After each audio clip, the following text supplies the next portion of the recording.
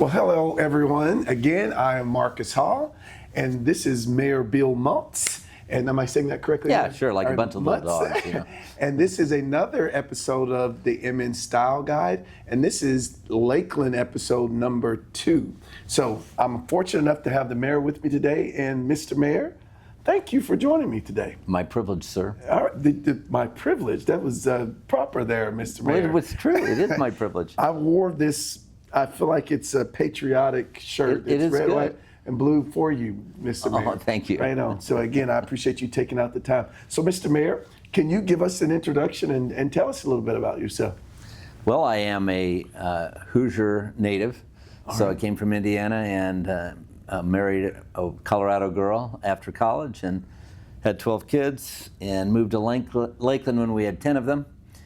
We came... I'm sorry, Mr. Mayor. Did you say you had 12 Yes, children? sir. Indeed, I do. Well, we know what you spend a lot of your time doing. You Mr. have to Mayor. be good at some exercise.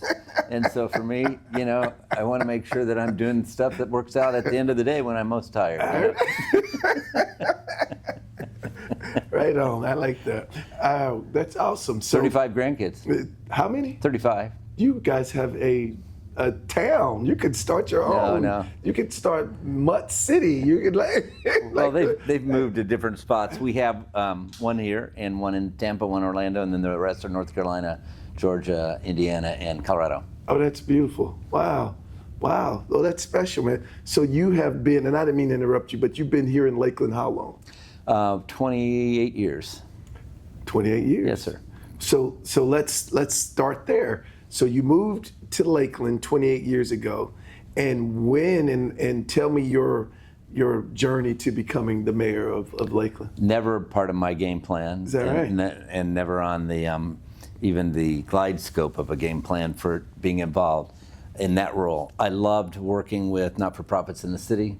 The city is different in that it is very human-centric in terms of caring about people, which I loved early on, sensed early on. Came from Indianapolis, which is a wonderful Midwestern city in and of itself, but there was a dynamic here in Lakeland that was really a lot inspired by the philanthropy that had been born here through both Publix and Florida Tile and some other entities that really created a disproportionate amount of not-for-profits that cared about people.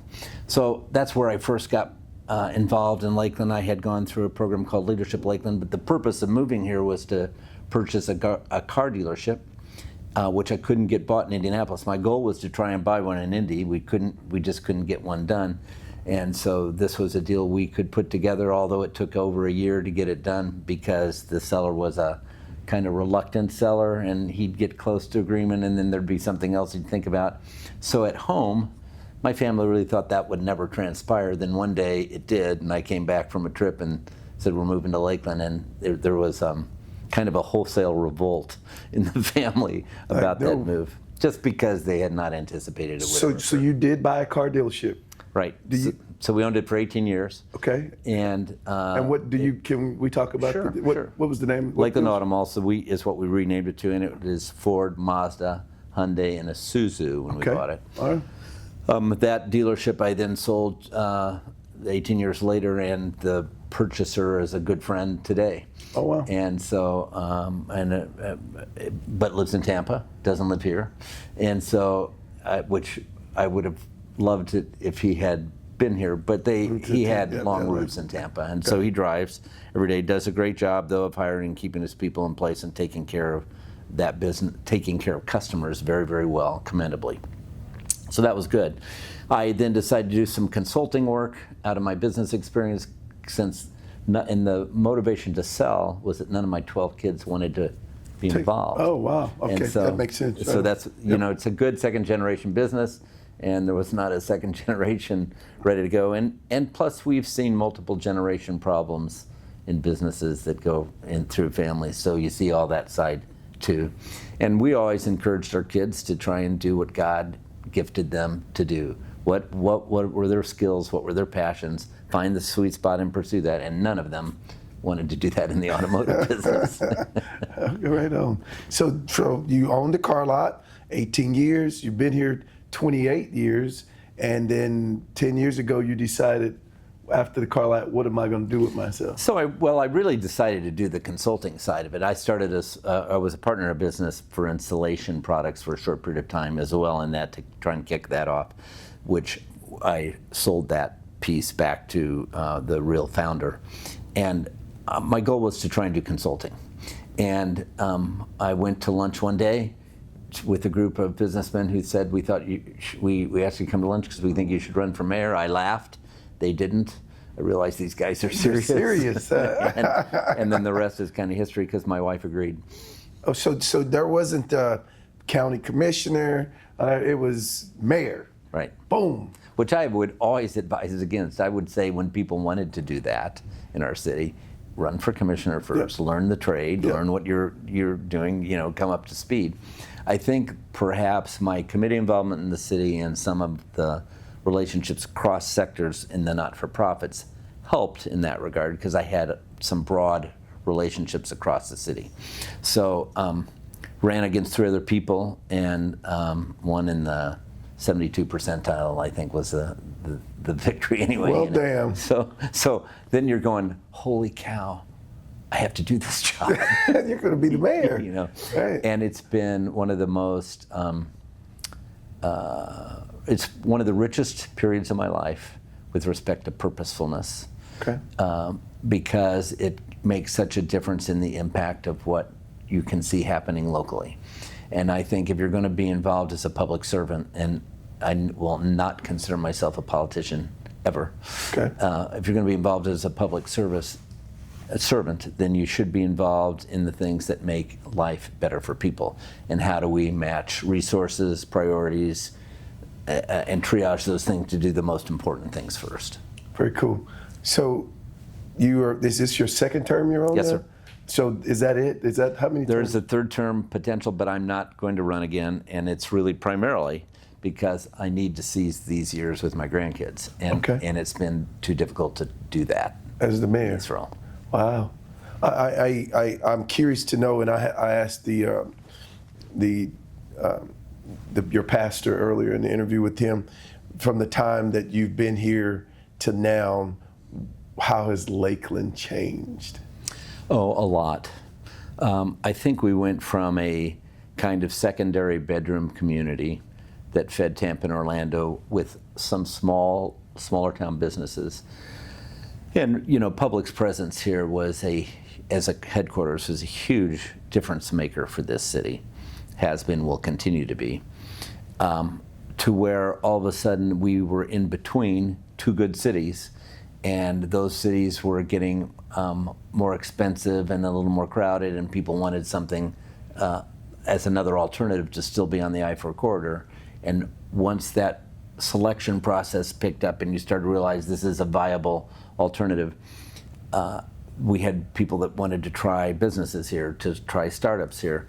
We also were working through LEDC primarily on large businesses to attract here, as well as helping start the entrepreneurial sides of small business, and to give, and the Catalyst where we're sitting, or Catapult where we're sitting, has been a catalyst to allowing small businesses to get started that wouldn't have started otherwise. Right. And when we did city visits, and I was involved in LEDC for many years, for Now, what is years. LADC? LEDC is our Lakeland Economic Development Council. Okay. And so, and our the executive director of that business is both a friend, but also has been formative in what we engaged in this city, and that's Steve Scruggs. Steve is a quiet in the background guy who is very effective when we're meeting with CEOs and housing people as well. And I got to learn that skill from him really while involved in the LEDC and on the executive committee and its chairman for several years.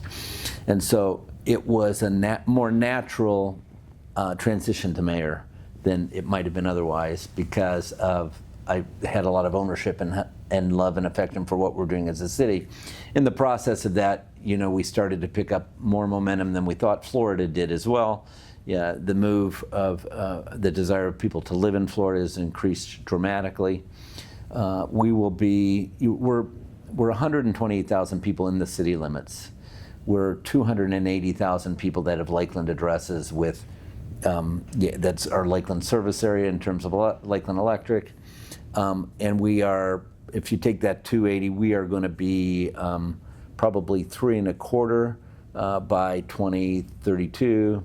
And this can be a 500,000 person city by 2045. Right on. So that's kind of the structure of where we're headed. So our decisions are really being made now for the next 8 to 10 years.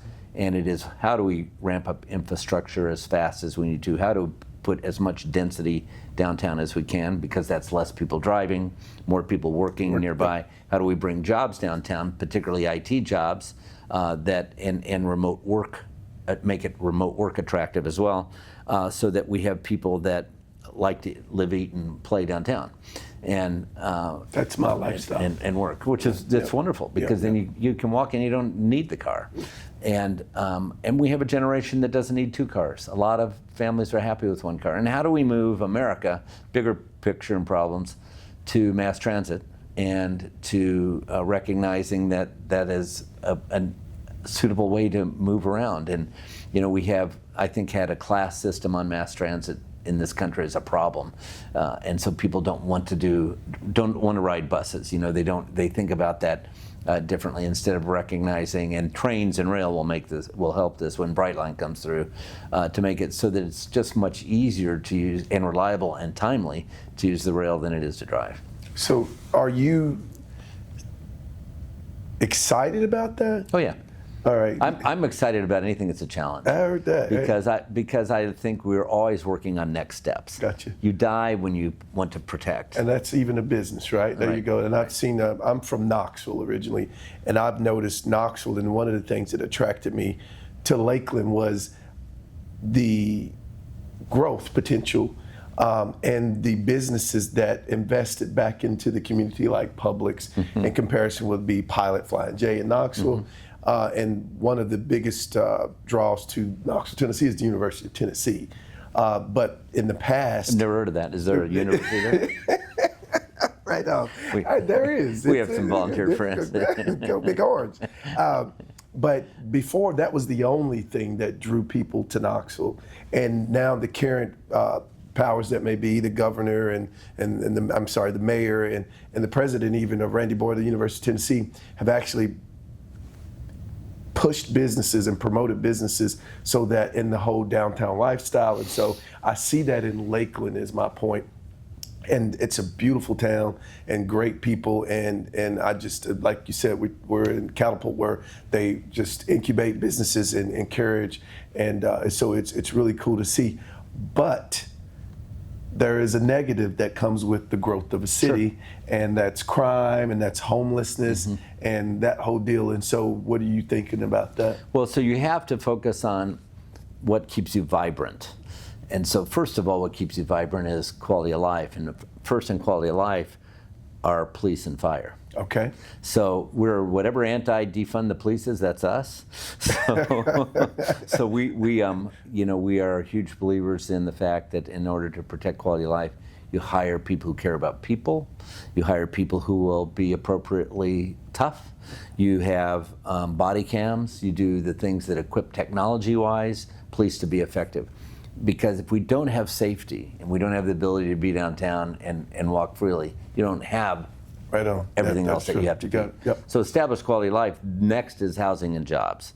So now we have to have places for people to work, and then and in order to have those people available for them to work, they have to have a place to live. And so these things have to happen at a time. In a city, all of your steps are iterative. You can't just do them and that's just one master plan that happens, because you don't have a developer that necessarily is available to build multifamily. Yep. You have a place for it, but you got to match it with somebody who wants to help do it as a public-private partnership. You don't necessarily have a company that is nearby, or that we have the infrastructure to support in that area where they can be, because we're behind on sewage or some other issues that we have to build the infrastructure back for. Because when this city was built, it wasn't built to be a super large city. It was built to be a town and a community. And a lot of our infrastructure is over 100 years old. And so we're talking about how do you replace that and also make the volumes right. And we have an incredible staff in this city. And that's the other way that you have to do this. You have to be nimble, flex forward, move towards yes. The answer is yes. We just got to figure out how in order to make things happen at an appropriate speed for those iterations to take place. So you go from where you're doing them at a more dependable pace over time, and we've done that in the last, a decade ago, there was a rate, to today where it's a much bigger step every time and it's much faster. So your iterations are not this anymore. And if you can't do that well, and if you don't think in a long-term plan, and if this isn't part of a master plan like we have available for developers in our city, then you're going to make lots of mistakes and have regrets. And I think we work very, very hard to minimize those. Oh, I like that. So housing is a priority, and then jobs, right? And then you've got your Orlando, and then you've got your Tampa that are neighbors. And I'm assuming this will basically be a suburb of, it's gonna all just kind of merge. Well, I think we can stand much. We really were much more of a suburb than we are today. We're more ourselves today, and we'll become much more of ourselves. So we're going to have less people that live here that drive out. Gotcha. We're going to have, which by the way, that's what you see in the mornings. If you're going to Tampa in the morning, it's a nightmare, or Orlando, it's a nightmare. And to be coming able back to do in that. at the Coming after back in work, the morning. In fact, I came from Disney this morning because my wife had, we have some family in town, and so she wanted to stay there, and so I commute on those days when that happens. Okay. And the traffic going to Orlando was almost 12 miles. Yeah. And it was a piece of cake coming from Orlando to Lakeland. Driving back, right? getting back here is the deal. So I have to ask, what was your worst moment thus far as mayor?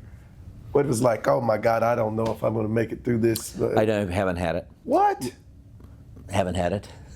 I love what I get to do. I'm a collaborative person, so and this is even true at home with lots of kids. Chaos to me is something you fix, and that you fix by understanding, and you have to recognize people need to be understood, and they need to feel understood.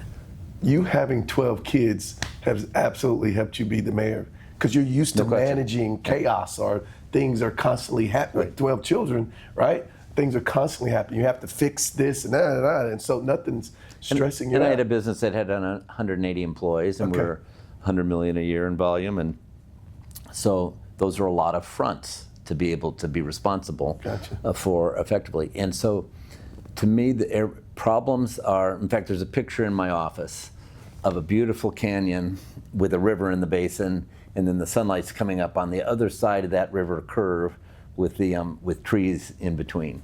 And that's the reminder to me that the answers aren't always right in front of us, but they are around the corner. I like that. And so there's a dependency on that, your own wisdom and your dependency on God in terms of what He gives you for wisdom. Amen. And marrying those two, never relying on you solely, ever.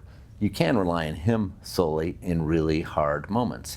And so, and there's times we do. This is the greatest employment agency in the world, is praying first for God to bring the right people in place and the right kinds of solutions. And so that's where I live. So to me, they're all just challenges that how do we get through them? And what are ones that are not really things we need to spend a whole lot of time on?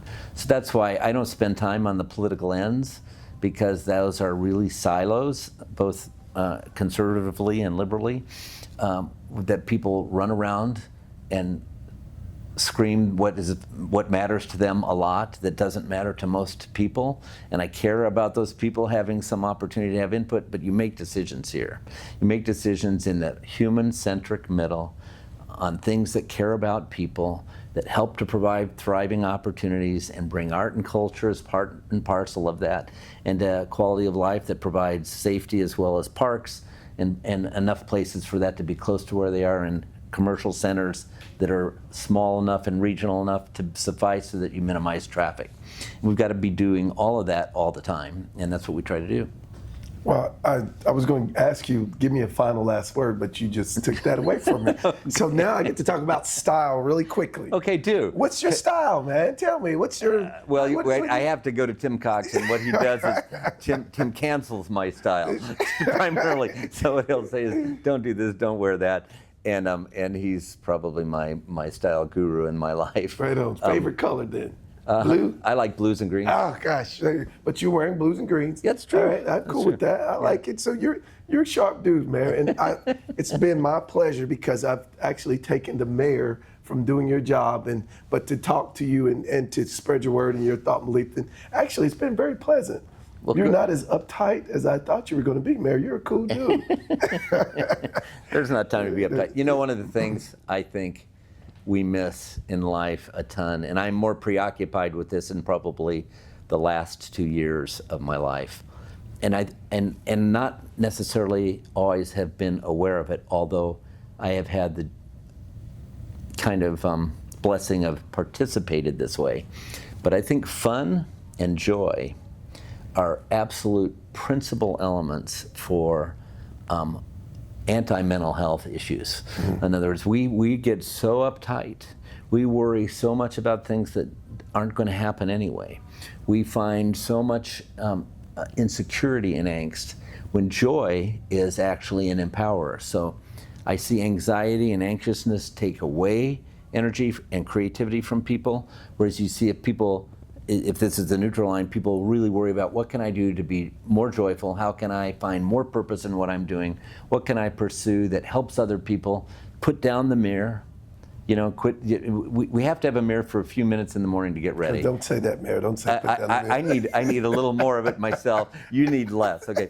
But then when you're done getting ready, put the mirror down. Amen. And start to look at everybody else that's on the other side of you and the opportunities we have to be able to impact people purposefully. And when you do that, you don't need as much sleep. You have much more energy during the day. You find yourself being in the sweet spot of what your skill sets are, and you have impacted the community you're around in a more positive way. Everything is better, and you have more energy, not less. And I think we get off base off that, not only because we fall away from a spiritual center increasingly in our country, which is a huge separate other issue, but that spiritual center. That's the second interview. That'd be another issue another time. But that spiritual center is what also helps drive us to joy and drive us to certainty and take away the things that we shouldn't be worrying about in the first place.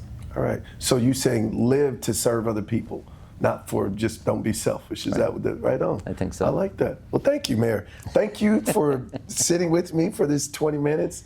And I look forward to seeing you and running into you again. It's been truly, I mean, from the bottom of my heart, it's been a pleasure. Likewise. It's great to have you here. Thank you. Thank you. So that was another episode of M Style Guide with Lakeland's mayor, Mr. Mutz. Right. Right on. All right, then. We'll see you next time for another episode. Have a great day. Thanks. All right. Thank you, Mr. Mayor.